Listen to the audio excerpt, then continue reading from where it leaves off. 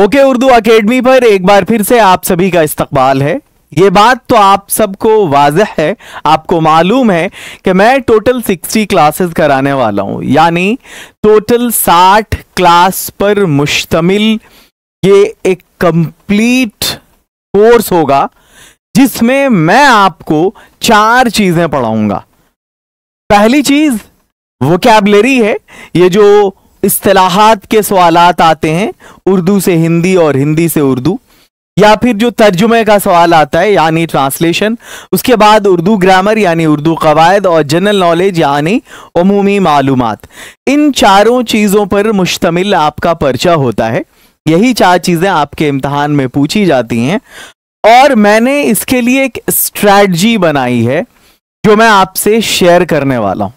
आप यकीन करें कि इन 60 क्लासेस को जो मैं आगे आपको कराने वाला हूं डे 1 टू डे 60, अगर आप या इसको अगर आप क्लास 1 टू क्लास 60 कहें तो यह ज्यादा बेहतर होगा, क्योंकि अगर आपके इम्तहान में सिर्फ 15 दिन भी बचे होंगे और आपने रोज मेरी 4 क्लासेस को कर लिया तो आप सिर्फ 15 दिन में भी इस एग्जाम को क्वालिफाई कर लेंगे। गारंटी है इस बात की। आपने अगर मिनोआन मेरी इन 60 क्लासेस को कर लिया तो फिर ये जो जॉब का ऑफर लेटर है ना, ये आपके हाथ में होगा। ये 4 चीजें हैं। अब सबको ये वाज़ेह हो गया, क्लियर हो गया कि हमें ये 4 चीजें पढ़नी है। वोकैबुलरी यानी शब्दावली यानी लफ्जो मानी, ट्रांसलेशन यानी अनुवाद यानी तर्जुमा, उर्दू ग्रामर यानी उर्दू व्याकरण यानी उर्दू कवायद, और जीके यानी जनरल नॉलेज यानी सामान्य ज्ञान यानी उमूमी मालूमात। ये चीजें आपके इम्तहान में पूछी जाएंगी और मैं इस पर आज डिटेल में बात करने वाला हूं और साथ में आपको सैंपल क्वेश्चंस भी देने वाला हूं हर एक सेक्शन से। इस क्लास का आगाज करेंगे हम इस तरह से। क्लासेस होने वाली हैं आपकी आज की कि जैसे ये वोकैबुलरी है ना, मैं टोटल 6000 वर्ड आपको सिखाने वाला हूं, 2000 हिंदी के, 2000 उर्दू के, 2000 इंग्लिश के, लेकिन फोकस मेरा हिंदी और उर्दू का वर्ड होगा। इंग्लिश का वर्ड आप बोनस मान ले, हो सकता है मेंस की तैयारी में आपको काम आ जाए या आपके नॉलेज में इजाफा हो जाए। तो ये 6000 वर्ड मैं आपको कमांड कराने वाला हूं। रोजाना 100 वर्ड, रोजाना हम लोग 100 वर्ड करेंगे। 33 33 33 तीनों जबान के, तो 100 वर्ड्स डेली हो जाएंगे। उसी तरह ट्रांसलेशन है, उर्दू ग्रामर है, जीके है। मैं एक एक करके सबको डिस्कस करने वाला हूं अभी।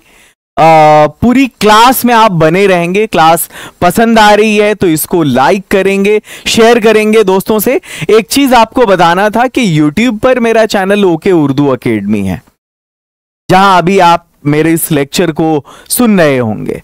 हालांकि इसके अलावा 10 चैनल्स हैं मेरे, मोर देन 10 चैनल्स हैं, लेकिन मैं अभी ये क्लास ओके उर्दू अकेडमी पर ले रहा हूं। और ये जो क्लास एप्लीकेशन पर होती है मेरे, उस ऐप का नाम है ओके इंग्लिश अकेडमी। यानी ऐप पर अगर आप मेरा कोर्स करना चाह रहे हैं जिसकी फीस सिर्फ 99 रुपीज यानी फकत 99 रुपया है, तो आपको okay English academy app install करना है। यूट्यूब पर अगर पढ़ना है तो आप ओके उर्दू अकेडमी पर पढ़ेंगे, लेकिन इस क्लास का PDF ये आपको यूट्यूब पर नहीं मिल पाएगा। इस क्लास का टेस्ट सीरीज आपको यूट्यूब पर नहीं मिल पाएगा, क्योंकि मैं जितनी भी क्लासेस लेता हूं सबका टेस्ट सीरीज बनवा देता हूं।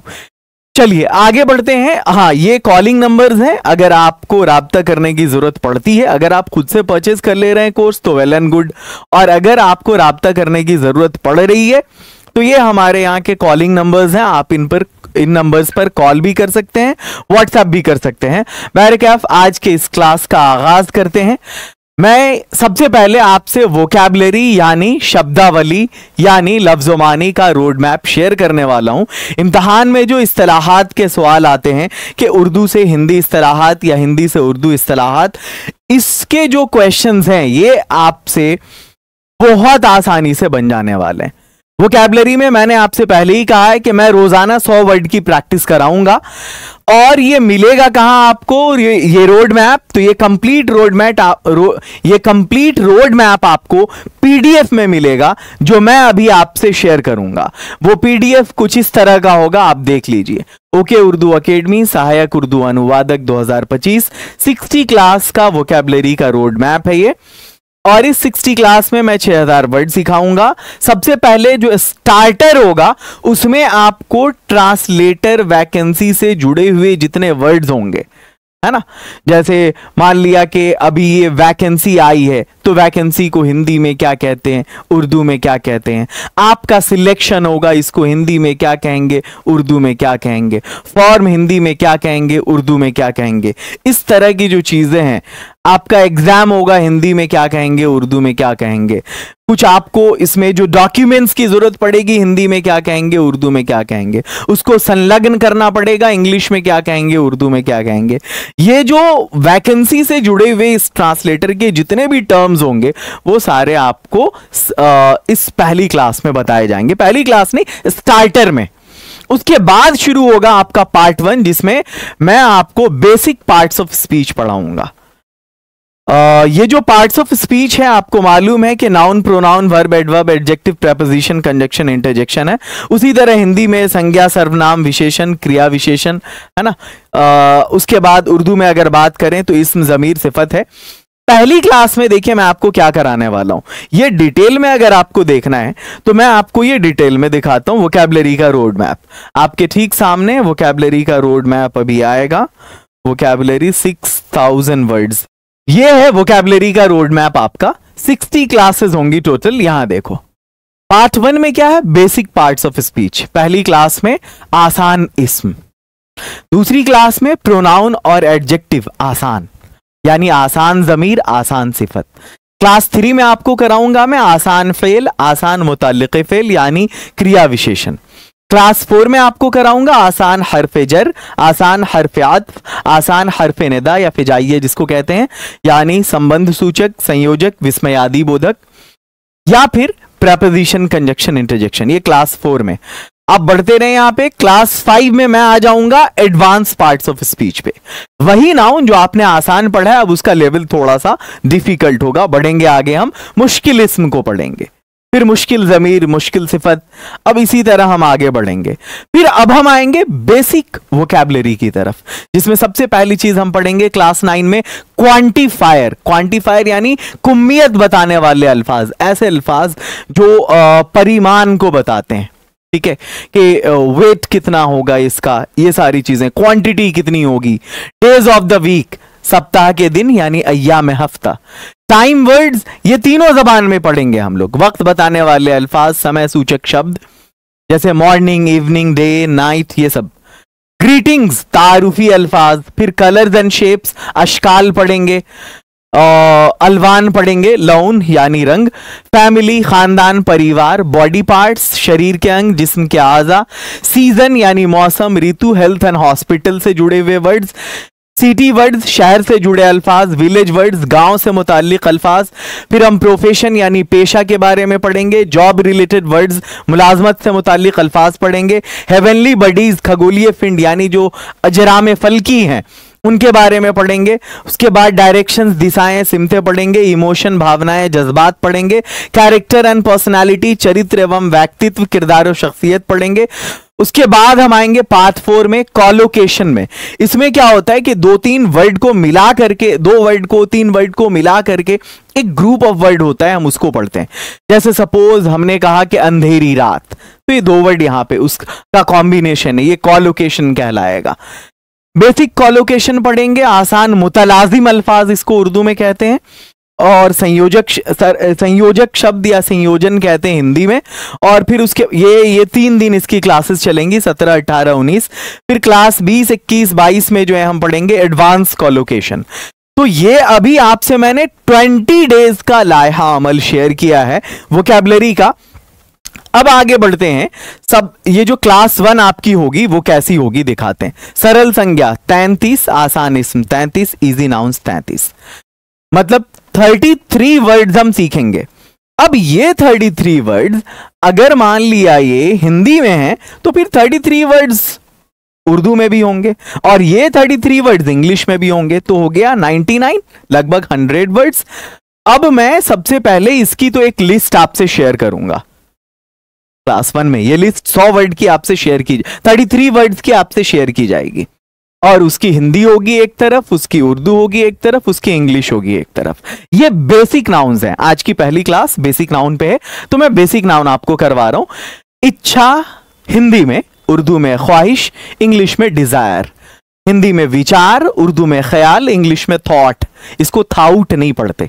हिंदी में शिक्षा, उर्दू में तालीम, हिंदी में रात्रि, उर्दू में रात, हिंदी में अग्नि, उर्दू में आग, हिंदी में भूमि, उर्दू में जमीन, हिंदी में गृह, उर्दू में घर, हिंदी में परिवार, उर्दू में खानदान, हिंदी में स्वास्थ्य, उर्दू में सेहत, हिंदी में शांति, उर्दू में अमन।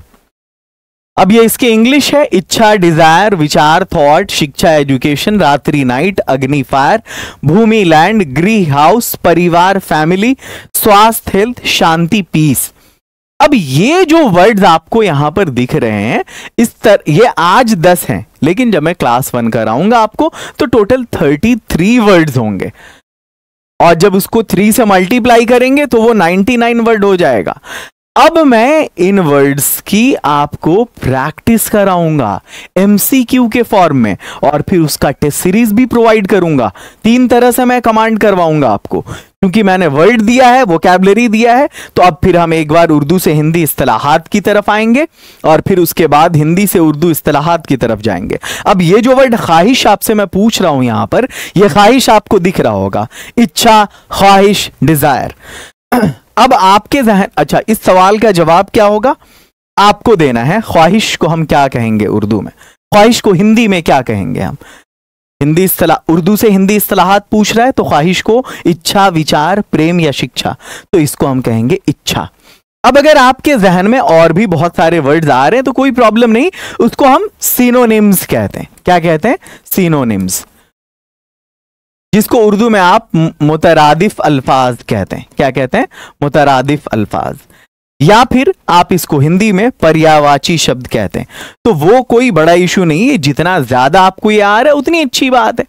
जैसे ख्वाहिश, आरजू, तमन्ना। अगर हम बात करें हिंदी में इच्छा, अभिलाषा, कामना। इंग्लिश में बात करें desire, want, craving, longing, yearning. अब ये सारे वर्ड्स हैं। तो जितने ज्यादा वर्ड्स आपको आ रहे हैं उस जबान पे उसका आपका उतना अच्छा गिरफ्त है, उतना अच्छा कमांड है। बड़ी अच्छी बात है। जितना ज्यादा आएगा आप समझे कि आप उतने करीब जा रहे हैं जॉब के, क्योंकि ट्रांसलेटर का ही एग्जाम है और 60 मार्क्स का है ये। बैरकैफ, तो मैं ये बात कर रहा था। अब ये देखें यहां पे ये मैंने दिया आपको, ये वर्ड की लिस्ट पहले दूंगा, फिर उस पर एक एमसीक्यू दूंगा। अब इसी को टेस्ट सीरीज में आपको दूंगा मैं। ये टेस्ट सीरीज के फॉर्म में फिर अरेंज करके आपको ऐप पे दिया जाएगा। चलिए शुरू करते हैं। सबसे पहले सवाल की जानिब आते हैं। पहले आप करने वाले हैं उर्दू से हिंदी इस्तिलाहात, इन वर्ड्स के जो मैंने अभी यहां पर दिया है इस चार्ट में, और इसके बाद फिर हम करने वाले हिंदी से उर्दू इस्तिलाहात, बिल्कुल उसी तर्ज पर जिस तर्ज पर इम्तिहान में आपसे पूछा जाएगा। अच्छा, डे 1 से लेकर के, सॉरी क्लास 1 से लेकर के जो क्लास 60 तक की क्लास होगी, यानी हर क्लास में आपको एग्जाम का एक सेट करवाने वाला हूं मैं, थ्योरी के साथ साथ। हर क्लास में एग्जाम का एक सेट होगा, यानी उर्दू से हिंदी इस्तिलाहात, हिंदी से उर्दू इस्तिलाहात, उर्दू से हिंदी तर्जुमा, हिंदी से उर्दू तर्जुमा। बल्कि एग्जाम में आपको सिर्फ एक जुमला दिया जाएगा, मैं आपको पूरा एक मजमून देने वाला हूं तर्जुमा करने के लिए, उर्दू से हिंदी हो या हिंदी से उर्दू हो। इसके अलावा रोजाना अमूमी मालूमात भी कराऊंगा आपको मैं। चलिए बहरकैफ आगे बढ़ते हैं। हम पहले सवाल की जानिब आते हैं। ख्वाहिश का हिंदी इक्विवेलेंट क्या होगा, यानी इसका हिंदी में इस्तिलाह क्या होगी इसकी। ख्वाहिश को हम कहेंगे इच्छा। अब अगर आप इसके लिए कोई दूसरा वर्ड आपने सोच रखा है तो कोई प्रॉब्लम नहीं, आप कामना, अभिलाषा ये भी आप चुन सकते हैं अगर एग्जाम में ऑप्शन में दे रखा हो तो। या फिर अगर आप उर्दू की बात करें तो ख्वाहिश, आरजू, तमन्ना। अगर आप इंग्लिश की बात करें तो want, desire, craving, longing, yearning. ये आपके वोकैब पावर पर डिपेंड करता है कि आप कितने अल्फाज जानते हैं किसी भी दिए गए वर्ड के। अब इसको हम इंग्लिश में सिनोनिम्स कहेंगे। आप जितना सिनोनिम्स जानेंगे उस जबान पर कहा जा सकता है आपका उतना ज्यादा कमांड है। सिनोनिम को हिंदी में हम पर्यायवाची शब्द कहते हैं, आपको मालूम है, और उर्दू में ये मुतरादिफ अल्फाज हैं। तो इस पर आप जितना कमांड करेंगे आप उतना ज्यादा इस जॉब के, इस कुर्सी के आप करीब पहुंच जाएंगे। आगे बढ़ते हैं, अगला सवाल है ख्याल। अब इस ख्याल को हम हिंदी में क्या कहेंगे? ख्याल को विचार कहेंगे। वो एक गाना है ना, कभी कभी मेरे दिल में ये ख्याल आता है, यदा कदा मेरे हृदय में ये विचार उत्पन्न होता है कि जैसे घूम रही है फजाओं में कहीं तू मेरे लिए, कि जैसे रम रही है नक्षत्रों में तू कहीं मेरे लिए। खैर आगे बढ़ते हैं, नेक्स्ट है तालीम। अब इस तालीम को हम हिंदी में क्या कहेंगे? शिक्षा। पहली जो रेविलेशन नाजिल हुई थी हुजूर सल्लल्लाहु अलैहि वसल्लम पे वो क्या थी? इक़रा, यानी तू पढ़। इक़रा बिस्मि रब्बिकल लज़ी खलक़, पढ़ अल्लाह के नाम से जिसने तुझे पैदा किया। आगे बढ़ते हैं, नेक्स्ट है, लेकिन क्या हाल है आज मुसलमानों का? अफसोस वही तालीम और तरक्की में है पीछे जिस कौम का आगाज इक़रा से हुआ था। आगे बढ़ते हैं, रात, इसको हम रात्रि कहते हैं। जैसे सुबह के टाइम को, मॉर्निंग के टाइम को हम क्या कहते हैं? प्रातः काल। शाम के टाइम को संध्या, रात को रात्रि। चलिए नेक्स्ट है आग। आग के लिए हम अग्नि का वर्ड यूज करते हैं। अगर एग्जाम में पावक हो तो इसका थोड़ा संस्कृत वर्जन हो गया ये। महर्षि कणाद ने कहा था, क्षितिजल पावक गगन समीरा, पंच रचित अति अधम शरीरा। ये जो क्षितिजल पावक गगन समीरा, मैं यहां पे आपको 5 वर्ड सिखाऊंगा हिंदी के।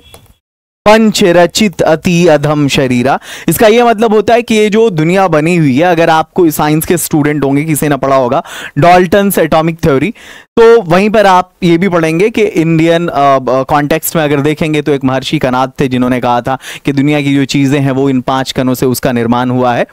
क्षितिजल पावक गगन समीरा, क्षितिज ये धरती है, इसको कहते हैं हम क्षिति, ठीक है, धरती को हम क्षितिज कहते हैं। उसके बाद हम बात करते हैं यहां जल की, तो जल हम वाटर यानी पानी को कहते हैं। पावक आग को कहते हैं, ठीक है, धरती मिट्टी, ठीक है। गगन का मतलब है आसमान, ठीक है। यहां पर ये सॉफ्टवेयर डिस्टर्ब कर रहा है, हाँ ठीक है। और ये जो समीर है ये हवा को कहते हैं। आई होप कि आपको समझ में आ गया होगा। नेक्स्ट, अब हम आते हैं हिंदी से उर्दू इस्तिलाहात की तरफ। पहला वर्ड है हमारा शिक्षा, जिसको इंग्लिश में एजुकेशन कहते हैं। शिक्षा के लिए जो वर्ड यूज होता है वो है तालीम। अब फिर इसको देखिए, उर्दू से हिंदी में कमांड कर लिया, फिर अब हिंदी से उर्दू में कमांड कर रहे हैं, यानी एक एक वर्ड पे आपका, फिर उसके बाद टेस्ट सीरीज के फॉर्म में भी कमांड करेंगे। एक एक वर्ड पे मैं आपको ऐसा कमांड करा देने वाला हूं कि बिल्कुल ये अजबर हो जाएगा, आप चाहेंगे भी तो नहीं भूल पाएंगे। बिल्कुल ऐसा कि जैसे आपको कोई नींद से जगा के, बिल्कुल ऐसा कि आपको कोई नींद से जगा कर कहे कि तुम अल्फाबेट्स बोलो, कि तुम हरूफ तहज्जी बोलो, तो बिल्कुल बड़ी आसानी से आप बोल देंगे। इतना एक्सपर्टीज आपका हो जाएगा इन 60 क्लासेस के बाद इन 2 जबानों पर। इंग्लिश के बारे में तो मैं श्योर नहीं हूं, वो पढ़ना होगा आपको। शिक्षा, तालीम, सेहत, स्वास्थ्य, अमन, शांति, रोशनी, प्रकाश। अब यहां पर देखो, अब फिर ये 2 वर्ड है, एक है रोशनी, एक है रोशनी, ठीक है, और एक है चराग। फिर अगर ये 2 वर्ड आएंगे तो फिर इन दोनों में फर्क है। रोशनी के लिए हम इस्तेमाल करेंगे, रोशनी के लिए हम इस्तेमाल करेंगे प्रकाश। रोशनी को हम प्रकाश कहते हैं, यानी अगर इंग्लिश में बात करें तो इसको हम लाइट कहेंगे। लेकिन जहां तक चराग की बात है तो चराग हम दीपक को कहते हैं, ठीक है। और अगर हम इंग्लिश के कॉन्टेक्स्ट में देखें तो इंग्लिश में ये हो जाएगा लैंप, ठीक है। चलो नेक्स्ट है अग्नि। अग्नि आग को कहेंगे। आगे बढ़ते हैं, नेक्स्ट है परिवार। परिवार खानदान को कहेंगे। माशरे की बात जहां तक है तो माशरे को हम सोसाइटी कहेंगे, और अगर हिंदी की बात करेंगे तो हिंदी में हम इसको समाज कहते हैं। चलो नेक्स्ट है, अगला है जमात, कक्षा को कहते हैं। दफ्तर, ऑफिस या कार्यालय को कहते हैं। नेक्स्ट है स्वास्थ्य, सेहत को कहते हैं। आगे बढ़ते हैं शांति। शांति अमन के लिए इस्तेमाल होता है। चलिए अब जो अगला वर्ड है हम अगला देखते हैं, ये जंग। वो सुना है ना कि मोहब्बत और जंग में सब कुछ जायज है, everything is fair in love and war, सुना होगा आपने। आगे नेक्स्ट है, अब मैं आपको ट्रांसलेशन का रोड मैप दिखाने वाला हूं। ये जो रोड मैप है इसका पीडीएफ अभी मैं आपसे दिखाऊंगा। ट्रांसलेशन मैं आपको तर्जुमा करना तो सिखाऊंगा, हिंदी से उर्दू में भी और उर्दू से हिंदी में भी, लेकिन सिर्फ जुमले की हद तक ये लिमिटेड नहीं होगा, बल्कि मैं इसमें शामिल करने वाला हूं मज़ामीन को, एसेज को, निबंध को। 2 टॉपिक रोजाना करेंगे हम, और उसी से जुड़े हुए जितने भी जुमले हो सकते हैं हम वो करने की कोशिश करेंगे। एक झलक मैं आपको दिखाता हूं। टोटल 120 मज़ामीन पे मैं आपकी प्रैक्टिस कराने वाला हूं, और उसी के जरिए हम 10,000 से भी ज्यादा वर्ड पे कमांड कर लेंगे। देखो यहां पर अब मैं आपको ले चलता हूं, यहां ये जो आपका रोड मैप है, इसका ट्रांसलेशन का रोड मैप वो कुछ इस तरह का है। हम रोजाना 2 टॉपिक करेंगे तो 60 क्लास में 120 टॉपिक हो जाएगा। 60 हिंदी के टॉपिक और 60 उर्दू के टॉपिक करने वाले। 60 क्लास जो ट्रांसलेशन की होने वाली है आपकी, उसका रोड मैप आपके सामने है।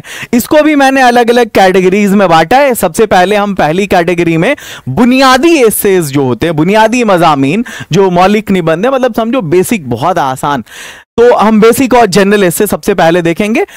क्लास 1 में मैं आपको कराऊंगा मेरा देश भारत और मेरी मां। इन 2 टॉपिक पर मैं आपको इससे कराने वाला हूं। अब ये पीडीएफ देखते हैं।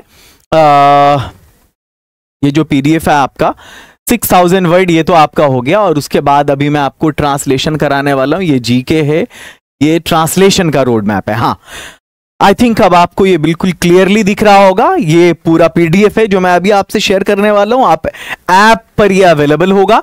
ओके उर्दू अकेडमी सहायक उर्दू अनुवादक 2025 60 क्लास ट्रांसलेशन रोड मैप। यहां पर आपको जुमले नहीं बल्कि मज़ामीन ट्रांसलेट करने हैं। सबसे पहले कैटेगरी 1 में आएंगे, बेसिक एंड जनरल एसेज में, यानी जो बुनियादी कुछ मैंने मज़ामीन आपके लिए रखे हैं। मेरा देश भारत, मेरी माँ, समय का महत्व, इल्म की अहमियत, मेरे जीवन का लक्ष्य, मेरे पसंदीदा शायर, दोनों अलग अलग मौजू होगा। दोनों में अनुशासन, मखलूत तालीम, स्वतंत्रता दिवस, यौम आज़ादी, वसंत ऋतु जिसको स्प्रिंग सीजन कहते हैं, तालीम निस्वा।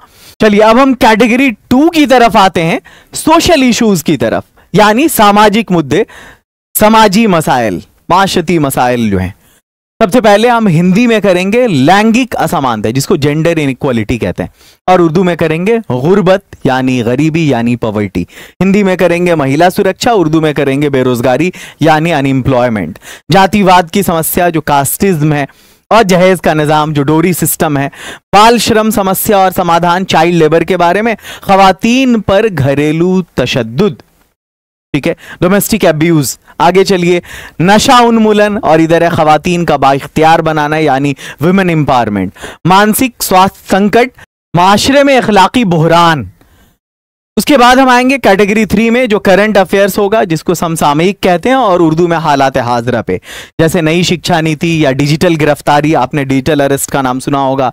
जलवायु परिवर्तन या वक्फ तरमीमी बिल 2024, वक्फ अमेंडमेंट बिल 2024, या सोशल मीडिया और fake news, global warming, Bihar में बढ़ता पलायन या माहौलियाती तब्दीली जिसको क्लाइमेट चेंज कहते हैं, आत्मनिर्भर भारत या साइबर सिक्योरिटी के जदीद चैलेंजेस, बिहार में बाढ़ और आपदा प्रबंधन जिसको डिजास्टर मैनेजमेंट कहते हैं, या नौजवानों पर सोशल मीडिया के तासुरात।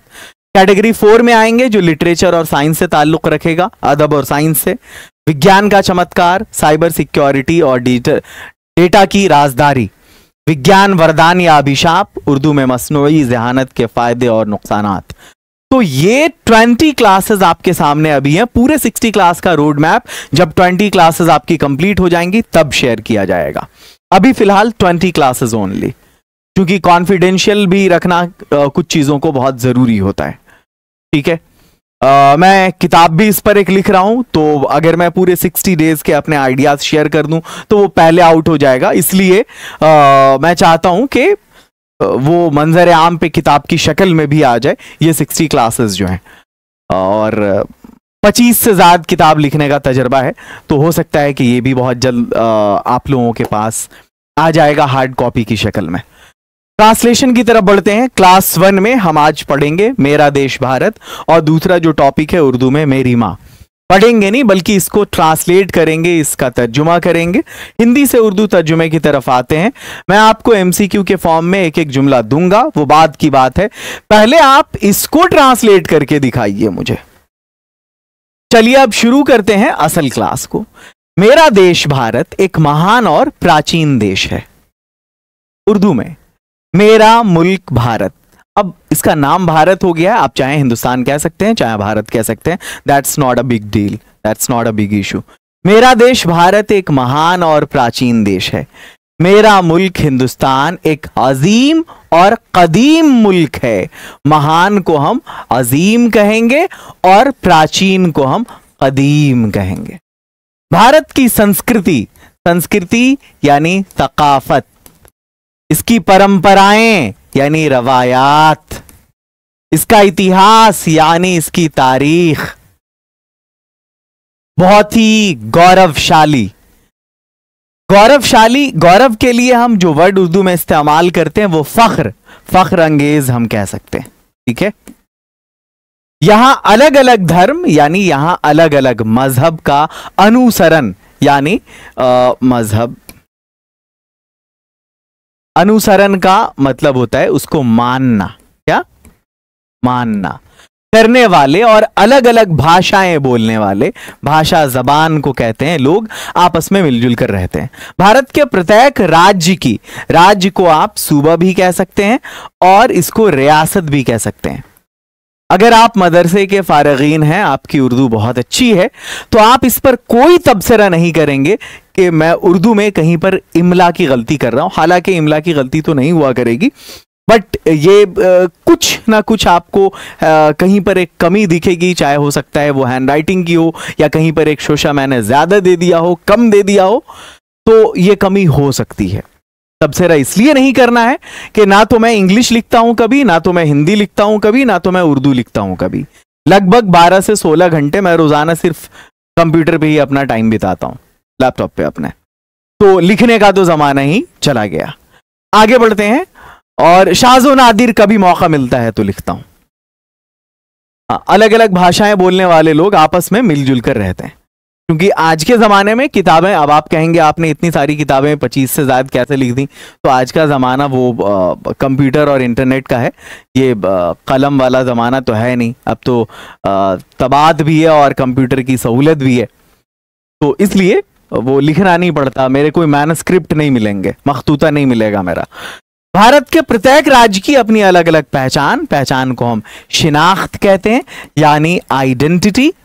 इसकी मतलब पोशाक यानी लिबास, भोजन यानी खुराक और रीति रिवाज यानी रस्मो रवाज। अब इसको आप पढ़ेंगे तो मजा आएगा।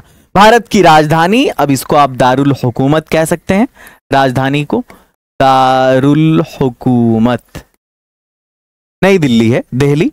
हमारा राष्ट्रीय ध्वज, राष्ट्रीय ध्वज को हम कहेंगे कौमी परचम। ठीक है, तिरंगा कहलाता है। और राष्ट्रीय गीत यानी कौमी नगमा या तराना। ठीक है, जनगण मन है। भारत में सभी त्योहार के लिए त्योहार ही इस्तेमाल होता है और उत्सव बड़े हर्षोल्लास से मनाए जाते हैं। अब ये देखो यहां पर, ये जो त्योहार है इसके लिए त्योहार इस्तेमाल करेंगे और ये जो उत्सव है इसके लिए हम तकरीब यूज करेंगे। ठीक है, तो भारत की राजधानी नई दिल्ली है, यानी भारत का दारुस सल्तनत नई दिल्ली है। हमारा राष्ट्रीय ध्वज तिरंगा यानी हमारा कौमी परचम तिरंगा कहलाता है और कौमी तराना जनगण मन है। हिंदुस्तान में सभी त्योहार और तकारीब बड़े हर्षोल्लास से मनाए जाते हैं। अच्छा, हर्षोल्लास के लिए हम यूज करेंगे तुझको एहतिशाम, तुझको एहतिशाम के साथ मनाए जाते हैं। हमारे देश ने यानी हमारे मुल्क ने नेहरू जैसे महान राजनीतिज्ञ को हम कहेंगे सियासतदां, और महात्मा गांधी और मौलाना आजाद जैसे महान यानी अजीम मार्गदर्शक को हम कहेंगे रहनुमा दिए हैं, जिन्होंने आजादी के लिए संघर्ष यानी जद्दोजहद किया। आज भारत के हर क्षेत्र के लोग, क्षेत्र शोभा फील्ड के लोग देश की सेवा के लिए समर्पित यानी वक्फ हैं, चाहे वो किसान यानी काश्तकार, सैनिक, फौजी, वैज्ञानिक, साइंसदान या फिर शिक्षक या असातिज़ा हों। मुझे अपने देश से, अपने मुल्क से बहुत मोहब्बत है, अपने वतन से बहुत मोहब्बत है। हम सबका कर्तव्य है, हम सबका फर्ज है कि हम अपने देश यानी मुल्क की एकता यानी यकजहती,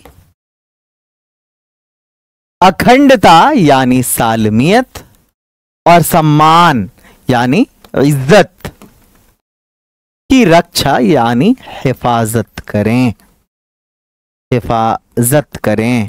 ठीक है, अगर आपने इस एस्से को, इस मजमून को हिंदी से उर्दू में ट्रांसलेट कर लिया, अभी मैं मफहूम की बात नहीं कर रहा, अगर आपने सिर्फ इसको लिटरल ट्रांसलेट कर लिया लफ्जी, तो भी बहुत है। अब जो इसको ट्रांसलेट कर ले रहा है, क्या ये उसके लिए कोई बड़ी चीज है? Is it a big deal? बिल्कुल नहीं, कतई नहीं। अगर आपने वो कर लिया तो आपके लिए ये बिल्कुल ऐसा हो जाएगा जैसे हुरूफे तहज्जी, जैसे अल्फाबेट, जैसे वर्णमाला, कि अगर कोई आपको गहरी नींद से जगा कर पूछे कि भाई कहे कि अलिफ बा ता सा बोलो, हुरूफे तहज्जी बोलो, तो आप आंख बंद करके नींद में भी बोल देंगे। और सबसे बड़ी बात तो यह है कि जो टॉपिक मैंने आपको दिया है, जो मजमून मैंने दिया है, बिल्कुल उसी से मैंने आपको ये ट्रांसलेशन दी है, कुछ सेंटेंसेस। आपने अगर वो कर लिया तो मेरा देश भारत एक महान और प्राचीन देश है, क्या इसको उर्दू में ट्रांसलेट करने में कोई बड़ी चीज है? और यहां जो ऑप्शंस हैं वो बिल्कुल एक दूसरे से रिसेंबल कर रहा है, यानी एक दूसरे के जैसा है बिल्कुल। तो आपके लिए थोड़ा सा और चैलेंजिंग होगा, और जितना चैलेंजिंग होगा उतना इंटरेस्टिंग, उतना दिलचस्प होगा। मेरा देश भारत एक महान और प्राचीन देश है, मेरा मुल्क भारत एक अजीम और कदीम मुल्क है। प्राचीन को हम कदीम कहते हैं, तो मेरा मुल्क भारत एक अजीम और कदीम मुल्क है। बी सही ऑप्शन है। भारत का इतिहास, पहले हम इसी को डायरेक्ट ट्रांसलेट कर लेते हैं, ऑप्शन में बाद में जाएंगे। हिंदुस्तान की तारीख और इसकी सकाफत फख्र अंगेज है, या भारत की तारीख और उसकी सकाफत फिक्र अंगेज नहीं यार, फख्र अंगेज है। आगे बढ़िए। अच्छा, एक वर्ड होता है सिविलाइजेशन और एक वर्ड होता है कल्चर।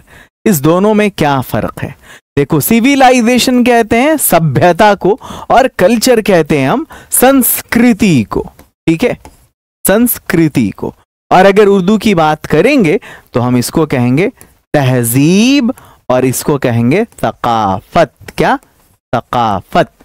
भारत की राजधानी नई दिल्ली है। हिंदी में दिल्ली होगा, उर्दू में दिल्ली होगा। तो हिंदुस्तान का दारुस सल्तनत या भारत का दारुल हुकूमत नई दिल्ली है। ये सही जवाब है। आगे बढ़ते हैं, अगला सवाल। हमारा राष्ट्रीय गीत जनगण मन है, हमारा कौमी तराना जनगण मन है। आगे चलिए।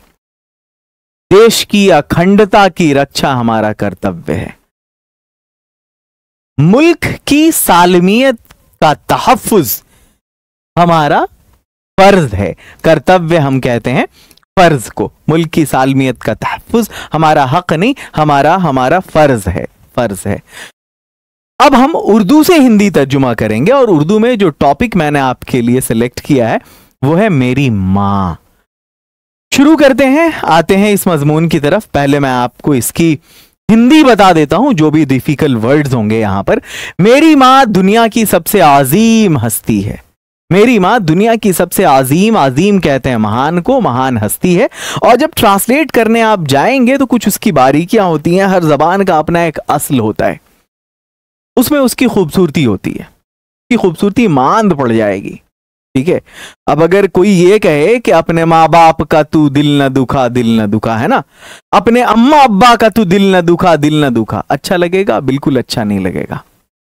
ठीक है, तो कहने का मतलब ये है कि अच्छा, एक दिन मैं क्लास ले रहा था स्पोकन की, इंग्लिश स्पीकिंग मैंने पढ़ाया है, 2009 में शुरू किया था ये सफ़र मेरा कोरोना के बाद ख़त्म हो गया, क्योंकि ऑफलाइन ही बंद कर दिया। फिर मैं किताब लिखने की तरफ आ गया, या उसके बाद कह लें आप ऑनलाइन क्लासेस की तरफ आ गया। कई सारे ऐप्स हैं मेरे प्ले स्टोर पे, कई सारे यूट्यूब चैनल्स हैं, कई सारी किताबें हैं, अपना पब्लिकेशन है, तो फिर मैं उस तरफ आ गया। खैर, तो उधर लगभग 2009 से 21 तक का तजर्बा है।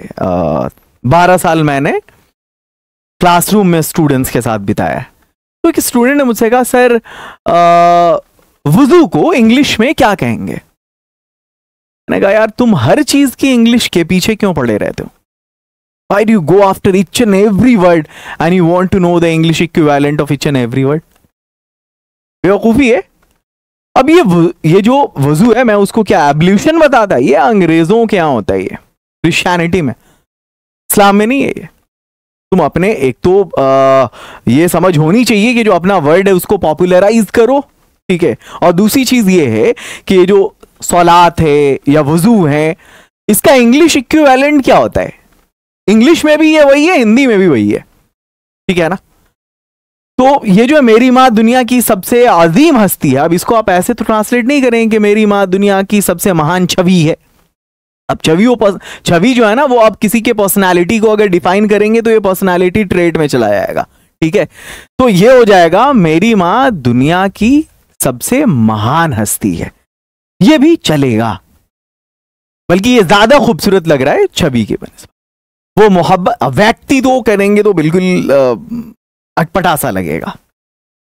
या व्यक्तित्व है, वो मोहब्बत, कुर्बानी, खिदमत और सब्र की अलामत हैं। क्या मजा आ जाएगा। मैंने जानबूझ के यहां कॉमा लगा करके इतने सारे वर्ड्स दिए हैं कि आपको और भी वर्ड सीखने का मौका मिले। वो मोहब्बत यानी प्रेम, कुर्बानी यानी त्याग, खिदमत यानी सेवा, सब्र यानी संतोष जिसको कंटेंटमेंट कहते हैं, या फिर आप धैर्य भी कह सकते हैं, कि अलामत यानी सिंबल यानी प्रतीक है।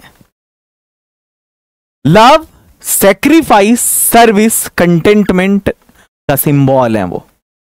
ये इस कायनात का सबसे मुकद्दस रिश्ता है। कायनात को हिंदी में ब्रह्मांड कहते हैं, इंग्लिश में यूनिवर्स, और मुकद्दस को पवित्र कहते हैं। आगे चलिए, और रिश्ता के लिए यहां पर संबंध यूज करेंगे तो बड़ा अटपटा लगेगा कि ये इस ब्रह्मांड का सबसे पवित्र संबंध है, क्वाइट इनअप्रोप्रिएट। तो हम बोलेंगे ये इस ब्रह्मांड का सबसे पवित्र रिश्ता है, अच्छा लगता है। मेरी मां न सिर्फ मेरे वजूद कहेंगे अस्तित्व को, मेरे अस्तित्व की बुनियाद यानी आधार हैं, यानी उन्होंने मुझे जन्म दिया है, बल्कि वो एक ऐसी रोशनी है, यानी एक ऐसी प्रकाश है जो अंधेरे में यानी अंधकार में मेरे लिए चिराग यानी दीपक बन जाती है। मां की आगोश यानी मां की गोद में वो सुकून है, वो शांति है, दुनिया में कहीं मयस्सर नहीं। मयस्सर के लिए प्राप्त यूज करेंगे, उपलब्ध यूज करेंगे तो वो अटपटा लगेगा। मैं अपनी मां से बहुत प्यार करता हूं, वो मेरे लिए खुदा की सबसे बड़ी नेमत है। नेमत भेंट को कह सकते हैं, नेमत आशीर्वाद को कह सकते हैं। मां के बगैर यानी बगैर जग सूना सूना लगे, मां के बिना जिंदगी सूनी लगती है, सूना जिंदगी, जीवन। आगे चलिए, मेरी मां ने खामोशी से यानी चुपचाप, साइलेंटली मेरे लिए उम्र भर कुर्बानी दी है, त्याग किया है। वो मेरी कामयाबी पर यानी मेरी सफलता पर फख्र करती हैं, गर्व करती हैं, और मेरी नाकामी पर और मेरी असफलता पर मेरी हौसला अफजाई यानी मेरा प्रोत्साहन करती हैं। वो मेरी पहली उस्तानी यानी मेरी पहली शिक्षिका यानी मेरी पहली टीचर और दोस्त हैं। वो दुनिया की वाहिद हस्ती हैं, इकलौती हस्ती हैं जिनकी नज़र में, जिनकी दृष्टि में मैं कभी, नज़र ज़्यादा बढ़िया होगा, मैं कभी नाकाम यानी असफल नहीं हुआ। अगर जिंदगी में, अगर जीवन में कोई रिश्ता बेलोस कहते हैं हम निस्वार्थ को, सेल्फलेस लव जिसको कहते हैं ना, निस्वार्थ मोहब्बत का इस्तेआरा है यानी रूपक है, तो सिर्फ मां का रिश्ता है। हमें हमेशा यानी सदैव या सर्वदा अपनी मां का एहतराम यानी एहतराम यानी आदर, सत्कार नहीं, आदर करना चाहिए, उसकी खिदमत, उसकी सेवा करनी चाहिए, और उसे खुश यानी प्रसन्न रखने की कोशिश यानी प्रयत्न करना चाहिए।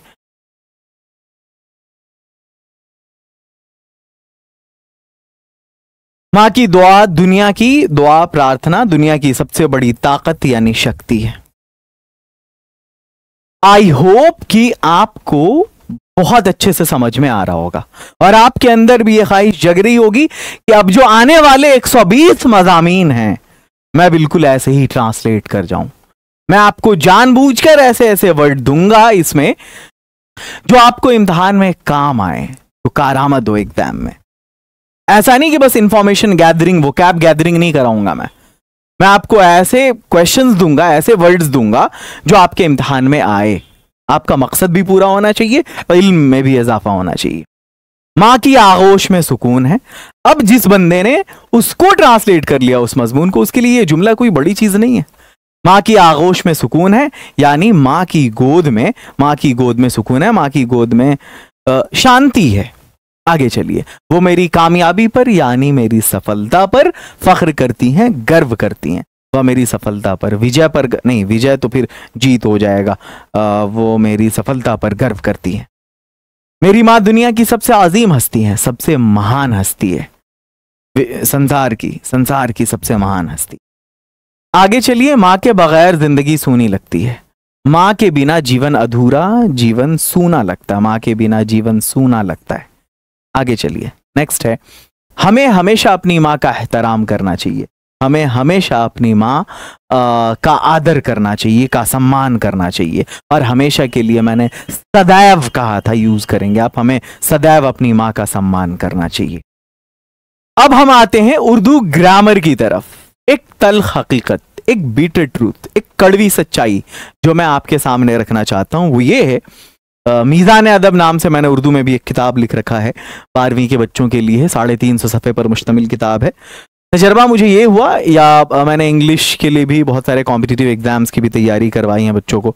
तो एक तजर्बा जो मुझे हुआ कॉम्पिटिटिव एग्जाम को क्वालिफाई करने का, वो ये है कि questions in competitive exams are not difficult, they are just different. Competitive exam में जो क्वेश्चंस होते हैं वो मुश्किल नहीं होते, थोड़े अलग होता है। उनका जो अप्रोच होता है वो थ्योरेटिकल नहीं होता, प्रैक्टिकल होता। और कवायद में तो बिल्कुल नहीं।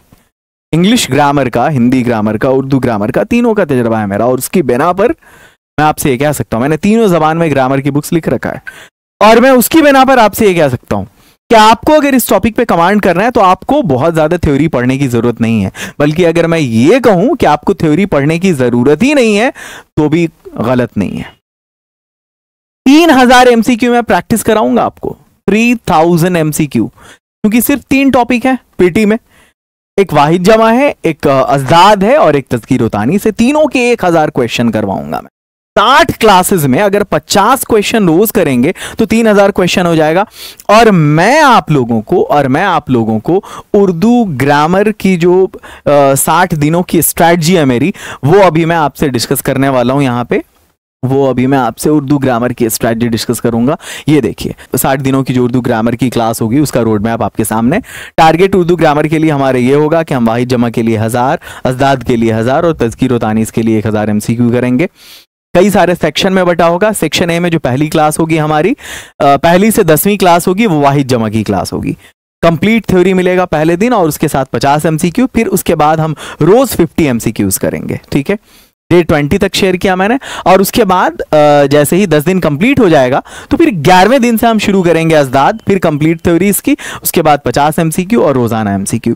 यानी आप जितने क्वेश्चंस की प्रैक्टिस करेंगे आपका एक्सपर्टीज उतना ज्यादा होगा इसमें। यही वो PDF है जो मैंने अभी आपसे डिटेल में शेयर किया है। तो उर्दू ग्रामर का क्लास 1 में हमारा टारगेट होगा 50 MCQ करना। टॉपिक है वाहिद जमा। मैं उसका सैंपल आपको दिखाता हूं। आते हैं पहले सवाल की जानिब। फकीर की जमा क्या होगी? फकीर की जमा फुकरा। अच्छा, वो सुना होगा आपने, हम फकीरों को मदीने की गली अच्छी लगी। ये सुना है ना, ये नात सुना होगा आपने। एक क्वेश्चन आपके इम्तिहान में आया था 2021 में, जिन्होंने एग्जाम दिया होगा। सवाल ये था, जो प्रीवियस ईयर क्वेश्चन मैंने कराया, कि खालिस उर्दू तरीके से किताब की जमा क्या होगी। अगर आपसे सिंपली पूछा जाता कि किताब की जमा क्या है तो कुतुब सही जवाब था। वो कुतुब गलत जवाब नहीं था, क्योंकि अरबी और फारसी के बहुत सारे अल्फाज हैं जो मुस्तार हैं उर्दू जबान में। और अगर उसमें यह आजादी है, अगर सवाल सिर्फ इतना है कि किताब की जमा क्या होगी, तो कुतुब गलत ऑप्शन नहीं है। क्योंकि अगर अल्फाज मुस्तार हैं तो क्या वाहिद और जमा में भी उसको एक्सेप्ट किया जाना चाहिए। लेकिन इम्तिहान में अगर ये खास कर दिया जाए कि खालिस उर्दू तरीके से, तब फकीर के लिए फुकरा यूज करेंगे, वरना फकीरों ये भी गलत नहीं है, किताब के लिए किताबों गलत नहीं है, ठीक है, या किताब के लिए किताबें गलत नहीं है, लेकिन असल में कुतुब होगा। अगर हम अरबिक के पॉइंट ऑफ व्यू से देखेंगे तो खालिस उर्दू तरीके से किताब का किताबें, तो इसका ख्याल रखेंगे। अगर खालिस उर्दू तरीके से जुड़ता है तब फकीर फकीरों, किताब किताबें। आगे चलिए, औराक का वाहिद वरक, पेज, पन्ना जो होता है। आगे चलिए, हुक्म की जमा अहकाम। अफलाक का वाहिद क्या होगा? अफलाक का फलक। फलक किसको कहते हैं? आसमान को। फलक आसमान, समा आसमान, अर्ज जमीन। अब अर्ज में भी ऐन वाला अर्ज या अलिफ वाला अर्ज? अलिफ वाला अर्ज ये जमीन। ख्वाजा मीरदद का वो शेर सुना होगा, वहदत में तेरी हर्फ दोए का ना आ सके, आईना क्या मजाल तुझे मुंह दिखा सके। कासिद नहीं ये काम तेरा अपनी राह ले, उसका प्याम दिल के सिवा कौन ला सके। चलिए, सूफी शायर हैं ये ख्वाजा मीरदद। बहरकैफ अफलाक का वाहिद फलक होगा, या फलक की जमा अफलाक। और ये जो मफलूक है ये मुफलिस को कहते हैं, गरीब को कहते हैं। जहां तक फल्कियात की बात है तो फल्कियात को इंग्लिश में हम एस्ट्रोनॉमी कहते हैं, जिसको खगोल शास्त्र भी कहते हैं, या फिर अंतरिक्ष विज्ञान भी कह सकते हैं, ठीक है। चलिए आगे बढ़ते हैं। नेक्स्ट है उलूम का वाहिद क्या होगा? इल्म। नेक्स्ट है, अब जनरल नॉलेज की तरफ आते हैं। जनरल नॉलेज यानी आम मालूमात, हिंदी में सामान्य ज्ञान। 4 टॉपिक पढ़ेंगे इसमें हम लोग। 1200 एमसीक्यूज होंगे, रोजाना 20 एमसीक्यू करेंगे। पीडीएफ में आपसे शेयर कर देता हूं कि अगली जो 60 क्लासेस होने वाली हैं वो कैसी होने वाली हैं। आज क्लास 1 है, उसका ट्रेलर है। कैटेगरी 1 में हम बेसिक जीके की तरफ आएंगे। उसके बाद टॉपिक ये होगा हमारा आज का, स्वतंत्रता संग्राम और प्रमुख आंदोलन। पहली क्लास का बता रहा हूं ये सब। अब मैं आपको जीके की तरफ ले जाता हूं। जीके का जो 60 क्लासेस का रोड मैप है मेरा, सबसे पहली कैटेगरी हम बेसिक जीके पढ़ेंगे, क्योंकि बेसिक जीके जानना जरूरी है। वो 10 सवाल भी नहीं छोड़ना है, उस 10 में से भी 8 नंबर आना चाहिए, मैं आपको दिलवाऊंगा। देखिए यहां क्लास 1 है स्वतंत्रता संग्राम और प्रमुख आंदोलन, उर्दू में आजादी की जद्दोजहद और अहम तहरीकात, इंग्लिश में freedom struggle and major movement, पड़ोसी देश और सीमाएं, नेबरिंग कंट्रीज एंड बॉर्डर्स, हमसाया ममालिक और सरहदें, भारत के राष्ट्रीय प्रतीक, national symbols of India, Bharat की कौमी अलामतें, भारत में प्रथम, फर्स्ट इन इंडिया, भारत में अव्वलन, भारत के प्रमुख राज्य और राजधानी, major states and capitals of India, Bharat की अहम रियासतें और दारुल हुकूमत, विश्व के प्रमुख देश और राजधानी, major countries and capitals of the world, दुनिया के अहम ममालिक और दारुल हुकूमत। इस तरह से हम बढ़ेंगे आगे। 10 दिनों के लगभग 15 क्लासेस हम करेंगे बेसिक की। 16वीं क्लास होगी, यहां से हम शुरू करेंगे बिहार स्पेशल। जैसे पहला है बिहार का वर्तमान cabinet, present cabinet of Bihar, या बिहार का मौजूदा काबीना। जैसे अगर मैं आपसे पूछूं कि अभी बिहार के वजीर दाखिला कौन है, बिहार के वजीर मालियात कौन है, वजीर तालीम कौन है, वजीर सेहत कौन है, अभी कौन है जो डीआईजी है, कौन है जो वजीर आला है, कौन है जो गवर्नर है, तो ये क्वेश्चंस इसमें ये इसमें पढ़ेंगे हम लोग। उसके बाद बिहार की प्रशासनिक संरचना और प्रमंडल, एडमिनिस्ट्रेटिव स्ट्रक्चर पढ़ेंगे इसका। कुल मिलाकर के ये 20 क्लासेस मैंने शेयर किया आपसे। जैसे 20वीं क्लास है बिहार की प्रमुख भाषाएं और लोक नृत्य, major languages and folk dance of Bihar, Bihar की अहम जबानें और रक्स महली। अब हम ये जो आज की क्लास है इसमें मैं आपको पढ़ाने वाला हूं, टॉपिक आपके सामने पहले ही मैंने क्लैरिफाई कर दिया, स्वतंत्रता संग्राम और प्रमुख आंदोलन। स्वतंत्रता संग्राम यानी आजादी की तहरीक। हिंदुस्तान में 800 सालों के मुसलमानों की हुकूमत के बाद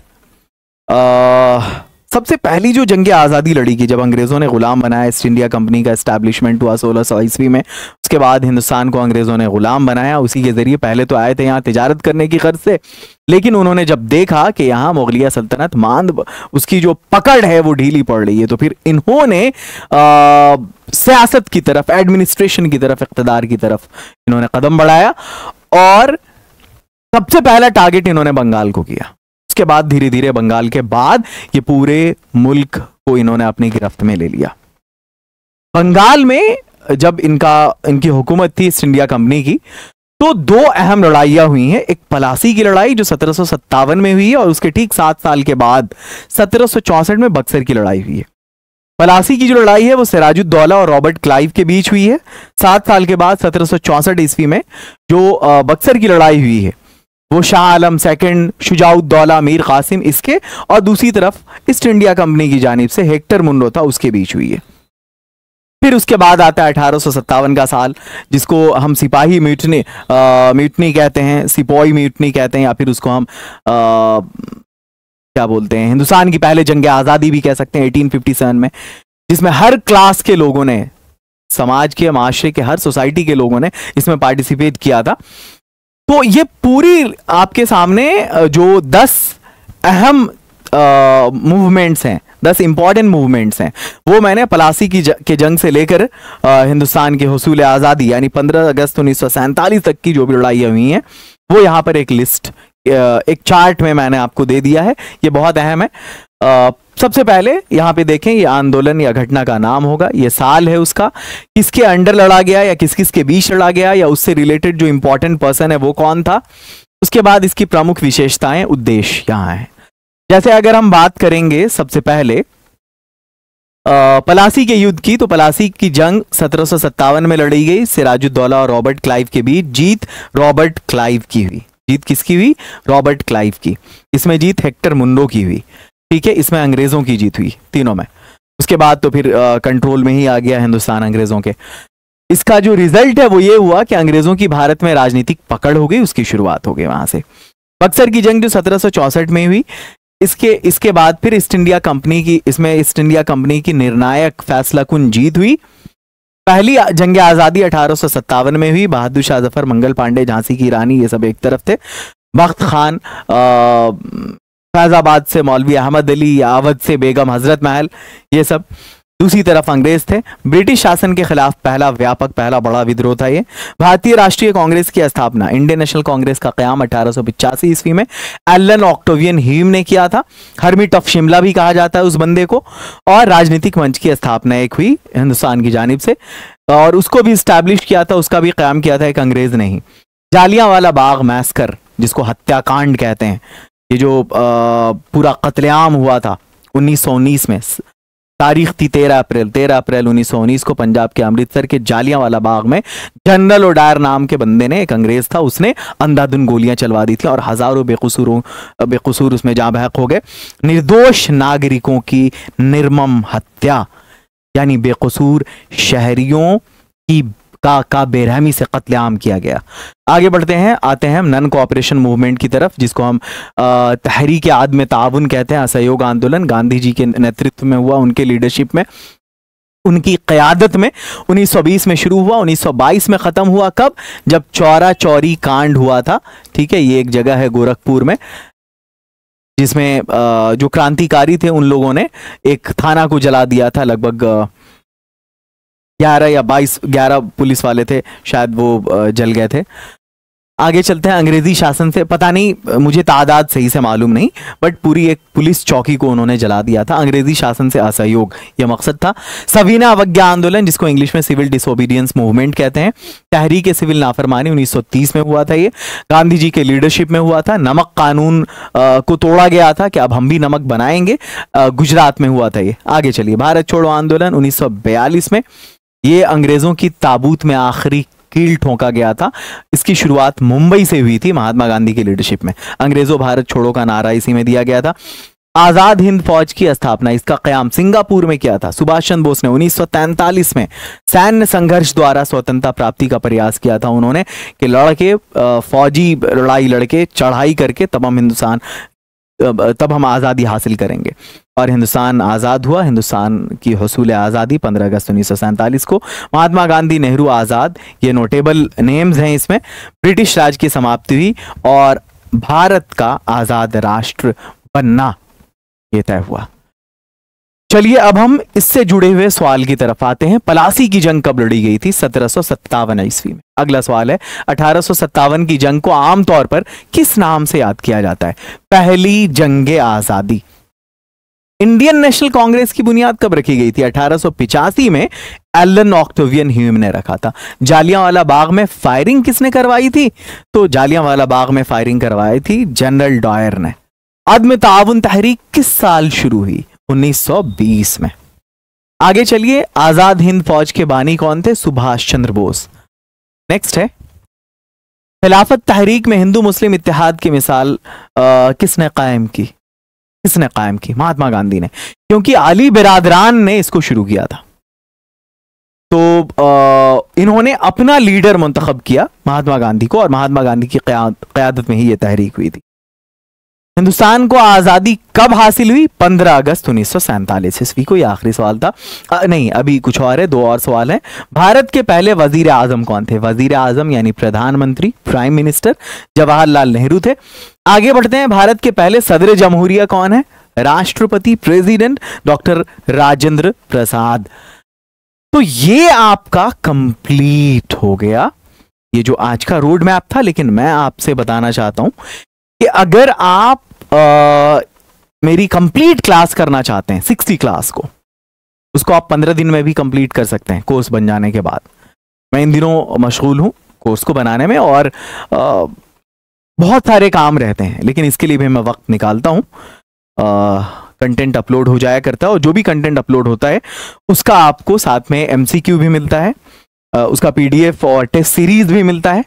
सेम चीज का आपने लेक्चर देखा, सेम चीज को आपने PDF में देखा, सेम चीज का क्लास नोट मिला, और फिर सेम चीज का टेस्ट सीरीज बिल्कुल अजबर करा देता हूं मैं अलग अलग तरीके से। खैर, अगर आप मेरा कोर्स करना चाहते हैं, कोई प्रेशर, कोई बाउंडेशन नहीं, आपकी मर्जी, पूरी आजादी। फीस मैंने सिर्फ 99 रुपया रखा है। बहुत सारे को यकीन नहीं होता, जो क्लासेस मैंने आपको कराया है, ये एक क्लास भी 99 रुपये से ज्यादा की है। और मैं पूरी 60 क्लास आपको कराऊंगा, वो भी सबका टेस्ट सीरीज भी फ्री दूंगा, साथ में PDF भी, और फीस आपसे सिर्फ 99 ली जाएगी। वजह उसकी कौम से मोहब्बत, कौम के लिए कुछ करने का जज्बा। और मैं चाहता हूं कि जो इल्म है, अगर इसको बांटा नहीं गया तो फिर ये किस काम का। मुस्तफीज हो आप लोग भी। 15 साल मैंने इंग्लिश पढ़ाया है, बहुत सारे लाखों बच्चों को पढ़ाया है।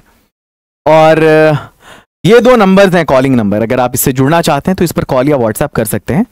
और मैं एक जानकारी आपको देना चाहता हूं। आप अगर जाएंगे इस पर यूट्यूब पर, तो आप सर्च करेंगे यहां पर LINGOW, LINGOW, ये सर्च करेंगे आप, लिंगो, ठीक है। तो ये वाला चैनल आपको खुलेगा, ये चैनल, इस पर लगभग मैंने एज ऑफ नाउ अब तक 226 वीडियो अपलोड किया है। 1,36,000 सब्सक्राइबर्स हैं, और लाखों बच्चों को मैंने इंग्लिश सिखाया है। एक ऐप भी है मेरा लिंगो नाम का, LINGOW, आतिफ फारफी, यहाँ आप देख रहे होंगे, शायद आपको दिख रहा हो। और अच्छी रेटिंग है। मेरा कोई भी ऐप ऐसा नहीं है जिसकी रेटिंग 4.8 या 4.7 से नीचे हो, किसी का 4.9 भी है। तो ये सिर्फ मखसूस है इंग्लिश स्पीकिंग के लिए। इस पर मेरा एक कोर्स है जिसका नाम है डायमंड स्पीकिंग कोर्स, जो वाकई आपको डायमंड बनाएगा। लेकिन ये अभी तक हिंदी मीडियम में है, जिसकी फीस 499 है 4 महीने की। क्योंकि मेरी इब्तिदाई तालीम मदरसे से हुई, और उर्दू वो पहली ज़बान थी जिसे मैंने बोला, जिसमें आज भी हालांकि मैं अंग्रेजी का मुअल्लिम हूँ, लेकिन बावजूद उसके जब भी अपने माफी ज़मीर की अदायगी का मौका मिलता है तो जिस ज़बान को मैं अवलियत देता हूँ वो उर्दू है। हाँ, उर्दू से मैंने मास्टर्स भी किया है, अरबिक से भी मास्टर्स किया है, तो ये और अपनी जगह है। मैं चाह रहा हूं कि आपके लिए उर्दू में मैं स्पीकिंग कोर्स स्टार्ट करूं, और ये मैंने प्लान किया है, इंशाल्लाह बहुत जल्द एग्जीक्यूट होगा ये। और इसको मैंने आपके लिए बहुत ज्यादा अफोर्डेबल बनाने का सोचा है। इस कोर्स का ठीक 50% आपको पे करना पड़ेगा। बुकिंग स्टार्ट है, बहुत सारे स्टूडेंट्स ने अपनी बुकिंग करा ली है जिनको उर्दू आता है, और ये 2 नंबर है, कांटेक्ट आप कर सकते हैं इन 2 नंबर्स पे, और अपनी सीट बुक करा सकते हैं आप। उर्दू टू इंग्लिश स्पीकिंग की सेम वही कोर्स जो मैंने हिंदी टू इंग्लिश में कराया है, सेम कोर्स आपको मिलेगा, same content, same PDF, same books आपको मिलेंगी, बट आपकी फीस ओनली 249 होगी, 50%। और स्टार्ट है, आप सभी अपना अपना एडमिशन करा लें, प्री बुकिंग पहले से। कोर्स जैसे ही लॉन्च होगा, जैसे ही वीडियो उस पर अपलोड होना शुरू होंगी, आपको इन्फॉर्म कर दिया जाएगा। चलिए, मुलाकात फिर आपसे अगली वीडियो में होती है। All the best, have a great and wonderful day, फी अमानिल्लाह। आता हूं फिर मैं डे 1 के साथ, उसमें बड़ा मजा आने वाला है।